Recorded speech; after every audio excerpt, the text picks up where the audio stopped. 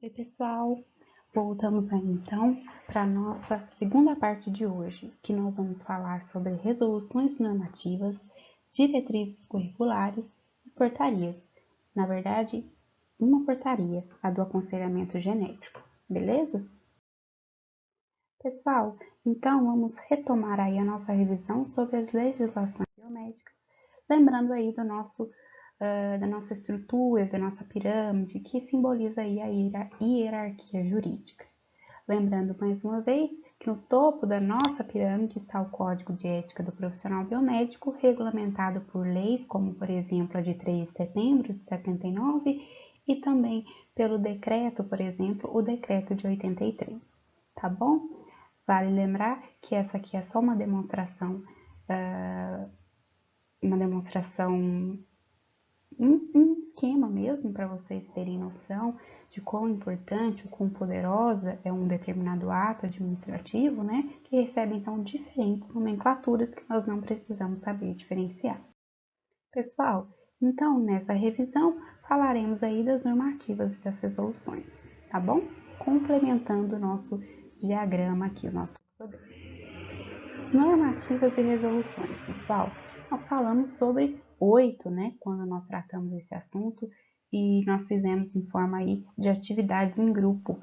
Hoje eu vou escolher para vocês 3 resoluções e uma normativa. Minha escolha, pessoal, é de acordo com a procura, então eu escolhi para vocês a área de estética, que é muito procurada por vocês, uma área que eu acho particularmente interessante e que desperta muita curiosidade e uma discussão aí dentro da comunidade científica, que é a área de acupuntura, e também uma área aí que está em franca ascensão, que é a área de circulação, né, ou perfusão extracorpórea. Portanto, serão 3 resoluções, 2 de estética, uma de acupuntura e uma normativa de perfusão ou circulação extracorpórea. Tá bom, pessoal? Aqui eu tenho uma diferença conceitual para vocês de resolução e normativa, só que para que vocês possam ter em mente, né, a título de curiosidade, não será cobrado. Então, a resolução é um ato administrativo, é um ato legislativo que não está sujeito ao controle da Constituição, tá? Com exceção a alguns casos. Já a normativa é utilizada como regra, como padrão, modelo a ser seguido. Por isso que nós temos aí as normativas dentro das legislações biomédicas. Os biomédicos devem seguir que exemplo, né? O uso das normativas para se orientar a respeito da profissão e do exercício da atividade, certo? Então, pessoal, vamos conhecer um pouco da resolução número 200, de 1º de julho de 2011, que fala o quê? Dispõe sobre critérios para habilitação em biomedicina estética, essa área tão procurada. Então, pessoal, ela vai regulamentar a habilitação em biomedicina estética e também está intimamente relacionado ao processo de coordenação, responsabilidade técnica e os requisitos necessários para essa habilitação. Quem poderá requerer? Isso também serve aí para outras habilitações, pessoal. É uma curiosidade que também está relacionado lá nas nossas primeiras áreas de atuação e habilitação. Quem pode requerer essa habilitação? Quem pode requerer uma determinada habilitação? Pode requerer o profissional que apresentar o certificado ou o diploma com o título de especialista, no caso em estética, ou então reconhecido pela Associação Brasileira de Biomedicina, né, que tenha feito um curso que seja reconhecido pela associação, tá? Com certificado ou certificado aí de pós-graduação. Também pode requerer, pessoal, o profissional biomédico que faça um estágio nessa área, com uma carga horária aí de 500 horas, né, que é o estágio obrigatório, e que então submeta aí seus papéis, seus documentos ao Conselho Regional para reconhecer essa habilitação. Tá? Uma outra resolução, pessoal, ainda relacionada à estética, é a Resolução 241, de maio de 2014, que ela vai dispor sobre os atos do profissional biomédico e vai regulamentar a questão de prescrição por esses profissionais. A prescrição para fins estéticos, né? Às vezes, quando a gente fala prescrição, nos vem à mente logo a palavra medicamento, medicação. Só que não é essa exatamente a questão nesse momento, tá? Porque o biomédico não está autorizado a prescrever medicamentos. Ele pode prescrever um creme, ele pode prescrever suplementação com colágeno, um gel termorredutor, um tônico capilar, ele pode mandar manipular, ele pode, não tem problema, desde que não sejam substâncias, compostos, reagentes controlados, ou seja, que requer aí uma receita especial, que é aquela receita que fica retida na farmácia, tá bom? Então, aí fiquem aí atentos, somente substâncias isentas de prescrição médica, afinal não somos médicos, né? E que não tenham receituário especial. Isso, inclusive, pessoal, é reforçado por uma resolução do ano passado, de 2019, que fala que o biomédico ele pode usar, pode tanto fazer uso quanto prescrever, né, substâncias aí que não sejam controladas aí pela Anvisa, que é a Agência Nacional de Vigilância Sanitária. Mais uma resolução que eu gostaria de trazer para vocês e chamar a atenção para que vocês também estudem um pouco sobre isso, se for do interesse de vocês. É uma área também bastante polêmica, que é a questão da acupuntura. Existe a habilitação, é regulamentada pelo Conselho Federal de Biomedicina, sim, tá? E o que que é? Ela é uma técnica tradicional chinesa, né? Que é uma prática complementar na assistência à saúde. Existe um grande debate na comunidade, né, quanto ao fato dessa técnica ter ou não, de fato, benefícios, mas já há estudos, né, que têm comprovação científica de que essa técnica é, sim, benéfica, né, embora haja aí uma discussão, principalmente em torno do fato de que é uma técnica aí que fala da energia corporal, que fala aí da questão mais espiritual um pouco, né?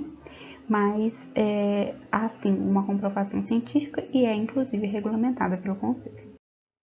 Pessoal, e aí eu gostaria de falar também sobre uma normativa que eu escolhi para vocês, por ser uma área muito interessante, que eu também acho muito legal trazer aqui para vocês, que é uma área que também é bem remunerado, é legal de conhecer, que é a perfusão ou circulação extracorpórea. Em que situações essa normativa vai valer, né?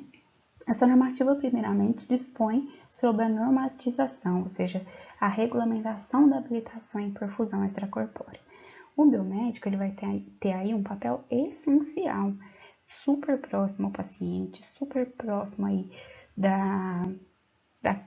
de toda a questão da estruturação de saúde, hospitalar, cirúrgica. O biomédico vai ter uma atribuição muito especial nessa habilitação. Ele vai estar diretamente operando essa máquina aí que está mostrando para vocês. O que tem dentro dessa máquina? Tem sangue, tá bom, pessoal?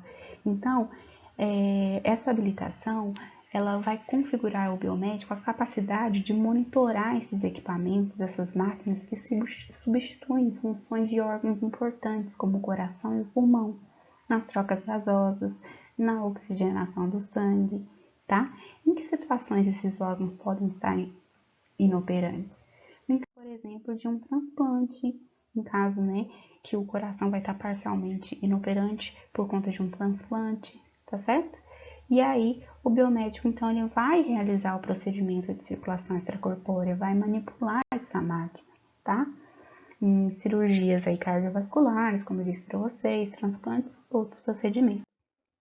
Aqui, pessoal, eu trago para vocês uma máquina, né, de perfuração extracorpórea para vocês verem como que ela funciona, como ela é grande, os parâmetros que são acompanhados durante essa cirurgia. O biomédico ele tem que ter um conhecimento em bioquímica, anatomia e fisiologia bem apurado nessa habilitação. É muito interessante, né? Muito legal. Pessoal, agora nós vamos pular um pouquinho para as diretrizes curriculares, tá? O que são diretrizes curriculares? E o que a gente tem que saber? Na aula a gente viu uma centena de coisas. Lembrar sempre que diretriz curricular está associado aí à legislação educacional. Então, o que eu tenho que lembrar do mínimo dessa parte? Que as diretrizes curriculares vão ditar aí o que as instituições de ensino superior precisam para implementar o curso de biomedicina. Sendo assim, pessoal, a resolução do Conselho Nacional de Educação de 2003, ela então institui as diretrizes curriculares nacionais dos cursos de graduação em biomedicina. Para quê? Para que a gente tenha regras a seguir. Então, se eu tenho aqui uma faculdade aqui em Belo Horizonte que oferece o curso de biomedicina, ele tem que cumprir com algumas regras. Ela tem que cumprir com algumas regras básicas que a faculdade lá de São Lourenço também vai cumprir, para que nós tenhamos aí um padrão a ser seguido, tá certo? Então, essa resolução do Conselho Nacional de Educação, essas diretrizes curriculares, elas vão ser observadas aí na organização curricular das instituições. Mas que diretrizes são essas? Princípios, fundamentos, condições, procedimentos, enfim, tudo aí vinculado ao Conselho de Educação Superior do Conselho Nacional de Educação. Pessoal, em linhas gerais, o que eu destaco para vocês? Que essas diretrizes curriculares, elas então, elas expõem de que maneira deve sair então o profissional que é o profissional egresso, o formando. O que eu devo esperar de um profissional egresso da Faculdade de São Lourenço, ou seja, recém-formado, e da Faculdade aqui de Belo Horizonte, de São Paulo? Eu devo esperar um biomédico com formação generalista, ou seja, com ampla atuação na área de saúde, humanista, crítica, reflexiva, né? E o biomédico também capaz de atuar na educação profissional, em cursos técnicos, em faculdades, em cursinhos pré-vestibulares, tá bem? O que mais, pessoal? Aí pulando, aí vocês vão ver que de acordo com a aula original, eu pulei vários slides, e que eu quero destacar as principais partes. É preciso também padronizar a formação desse biomédico. Então, as diretrizes curriculares, elas asseguram o desenvolvimento de estágios curriculares sob supervisão do docente. Aonde? Na instituição ou fora dela. A instituição, ela pode, então, ela tem a obrigação de fornecer o estágio curricular, mas se o aluno não quiser realizar dentro da instituição, ele pode também realizar fora da instituição, desde que haja aí um convênio entre a instituição, o laboratório, a clínica, tá bom? Aí, pessoal, as diretrizes curriculares, essa resolução do Conselho Nacional de Educação, diz também a respeito do projeto pedagógico, certo? E diz que é importante que todas as instituições acatem atividades complementares. O que é isso? Iniciação científica, monitorias, certo? Cursos de extensão. E isso são atividades que devem ser ofertadas pela cidade.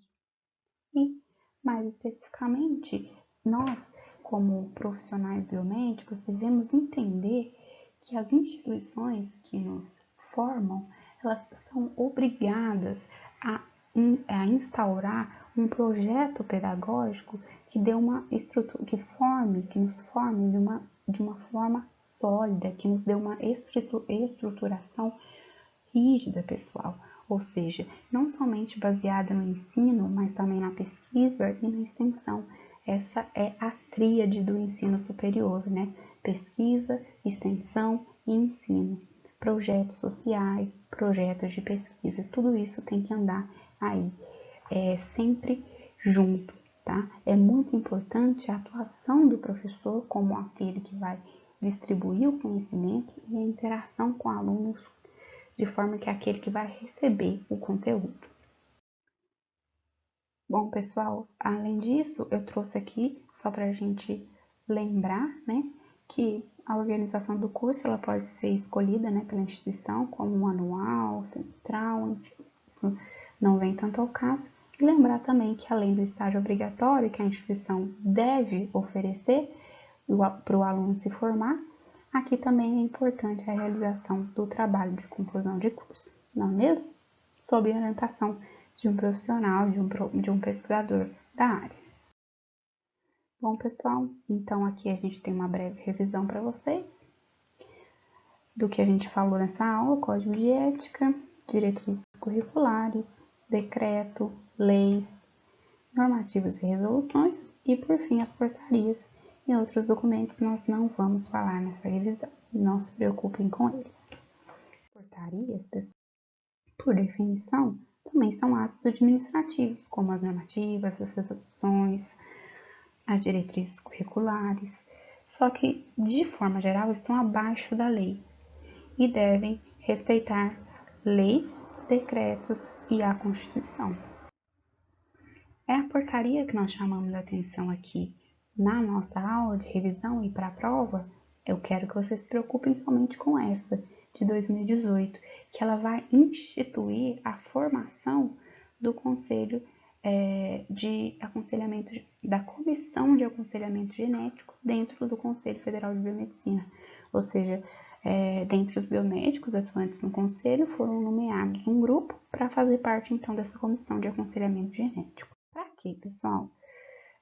Foi considerado a necessidade de criar esse conselho por conta do constante crescimento do número de biomédicos que vem atuando nessa área e precisam de uma supervisão, precisam aí de um suporte, né? E o que esses biomédicos atuantes nessa área fazem? Eles verificam junto ao médico, junto à equipe médica, a probabilidade de ocorrer uma doença genética na família. Eles realmente fazem um aconselhamento genético com o objetivo de orientar os casais que querem ter filhos, mas que têm algum receio em relação à malformação, alguma doença hereditária, e visa, após o diagnóstico médico, estabelecer esclarecimentos sobre a probabilidade de ocorrer alguma doença e como deve ser realizada a prevenção, tá bom? Então, é por isso que foi criada essa comissão. Ela deve ser acompanhada de profissionais habilitados e uma equipe multidisciplinar, tá certo? Essa equipe, ela vai então mostrar como será a vida da criança, né? Isso muito antes do processo de gravidez, fecundação. É um aconselhamento, um estudo prévio. Mostrar como que vai ser a vida da criança, mostrar aos pais quais serão as limitações dessa criança, com base ali no cruzamento genético do pai e da mãe. Tudo isso teórico. Vamos supor que eu pego ali o DNA da mãe, o DNA do pai, faço um cruzamento teórico e estabeleço as possibilidades, as probabilidades de que ocorram mutações genéticas, tá bom? É assim que é. Considerando a necessidade de se criar uma comissão para o aconselhamento genético, com o objetivo de atender a diversos profissionais biomédicos que estavam então atuando nessa área desde então, foi então resolvido instituir a Comissão de Aconselhamento Genético do Conselho Federal de Biomedicina. Então, um profissional aí que trabalha com aconselhamento genético, que é especialista em genética humana, ele pode atuar nessa área e ele tem aí a supervisão, né, do Conselho Federal, né, de Biomedicina, formado aí nessa comissão de aconselhamento genético. Então, a comissão foi feita para orientar os profissionais biomédicos, né, como eles devem, então, fazer esse aconselhamento genético, né, profissionais normalmente habilitados em genética ou até mesmo em reprodução. Tá bom, pessoal? Tô ficando sem voz, quase sem respirar. Mas é isso, então, pessoal. Ficam aí as duas revisões de hoje. Espero que vocês aproveitem, né? A gente se fala mais tarde na nossa aula. Tchau, tchau, pessoal.